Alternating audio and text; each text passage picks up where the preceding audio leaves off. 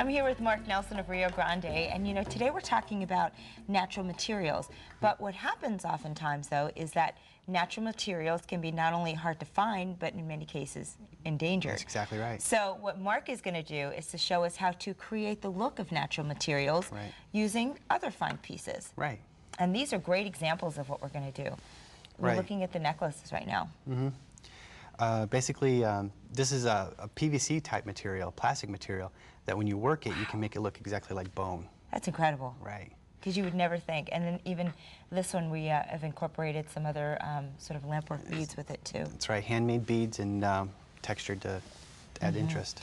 Well, I'm curious to see how we're going to get that look, so let's get started. Let's talk about the materials. Material comes in a sheet plastic, and what you want to do is decide on the shape that you want.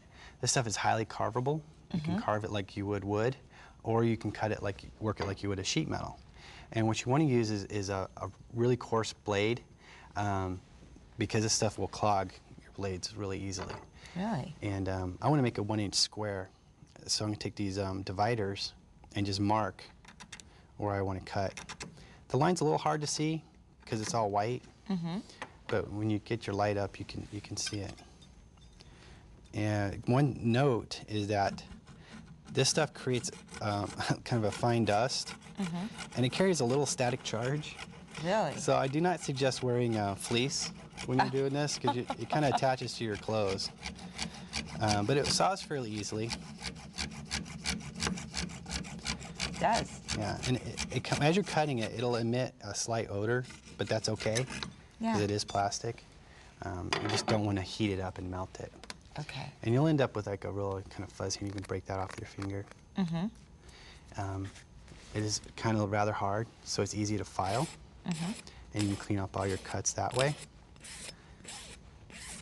That blade you use is almost like a serrated knife, sort of, you know? You know what it is actually a jeweler's saw blade, one of the smaller ones that's been twisted. Wow. So that allows it to cut the plastic without it getting loaded up. And it has these little burrs on here that you can just break off with your fingernail. Okay. And we got it shaped. And then you can take some sandpaper. And this is really smooth, so if you put paint or ink or anything on there, it's not going to stay. You need to give it like a tooth. And I recommend something like 400 grit sandpaper or 320. And this is going to give it the grain for that paint to stick in there. Okay. Oh, yeah. So you need to have a little bit of something on the surface. Right. And you want to, soften your edges and stuff like that too. Yeah, how long would you do that for? As much as you like. There's no rules to this. It's just basically whatever look you're looking for.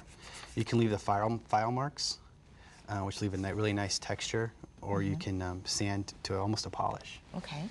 Now what you want to do is you want to start adding the detail. And one of the reasons I love this material, it's very much an artistic material.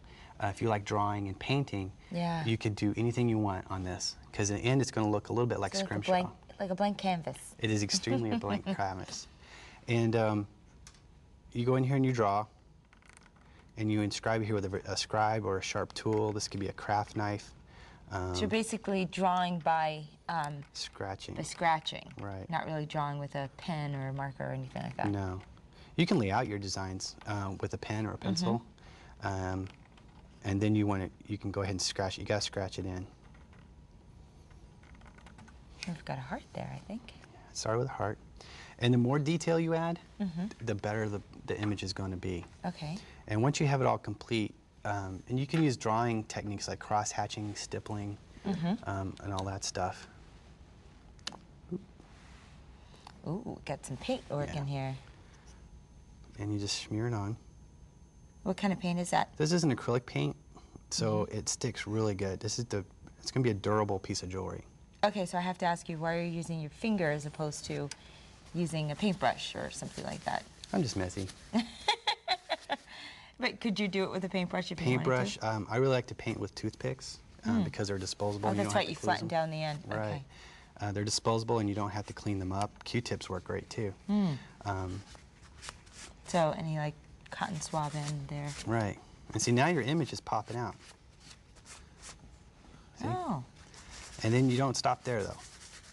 Of course not. No, you can take this up and the more you work it, this material, the better it's going to look. And if you don't like it, you can always just sand it off. And try different types of sandpaper. This cloth material works really well. It's soft and really fine grained. And just a very light touch, I can come in here and work certain areas to make it more polished looking, more worn looking. I can wear down the edges. And any kind of nicks or mistakes only give it more character, you know? So you're basically putting the black paint on and then taking it off, and the residue that's left is left in those, really the lines that you kind of engraved in it. Exactly. And it gives it very And much it's really just giving it definition. Right. Now let's say the stuff you can polish, you can polish it on your jeans. If you're just sitting watching TV, you can rub it on your jeans because it's perfect to polish plastic, which is also a good way to polish amber, by the way.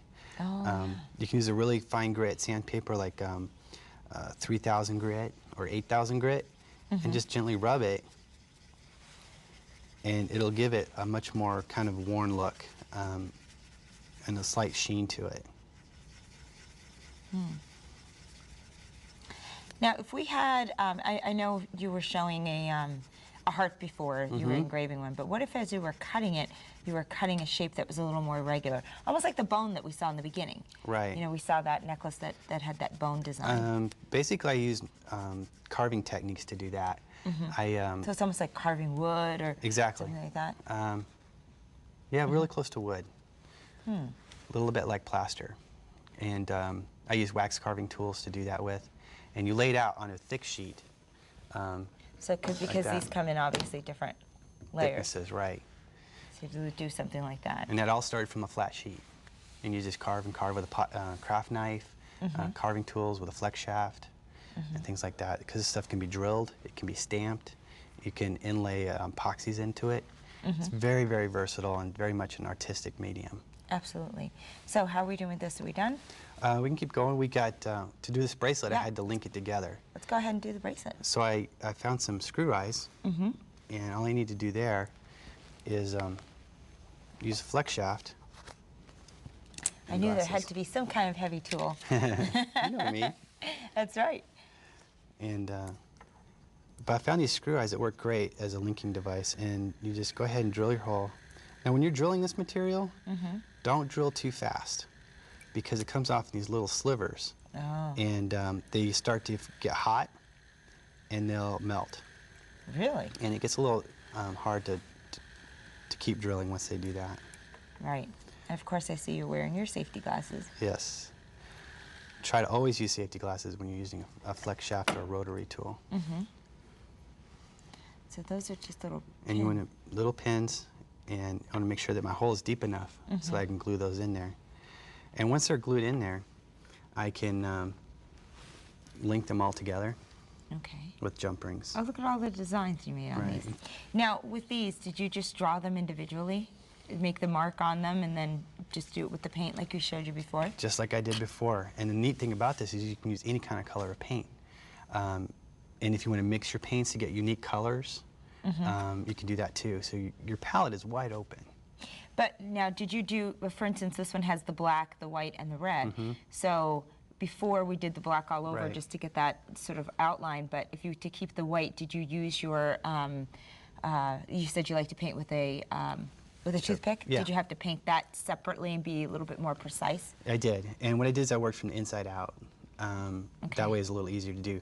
I painted the red, let it dried, and then I sanded it down so you could see the marks that I made. And then I followed up with some black on the edges and the outside. One thing you can also do is use an eraser from a pencil as a slight abrasive and kind of clean this up if you get, because this is smooth and that paint won't stick. So you can use a pencil or eraser or something like that to get in the detail and take those out. Same with the stop sign. I start from the inside and work to the outside. And one thing to note is that the deeper you make your scribes and the more dense, the deeper the color will be. So if you want to have that darker color, then go a little bit heavier. Right. As you're doing Make that. more marks. Are you taking your driving test or something?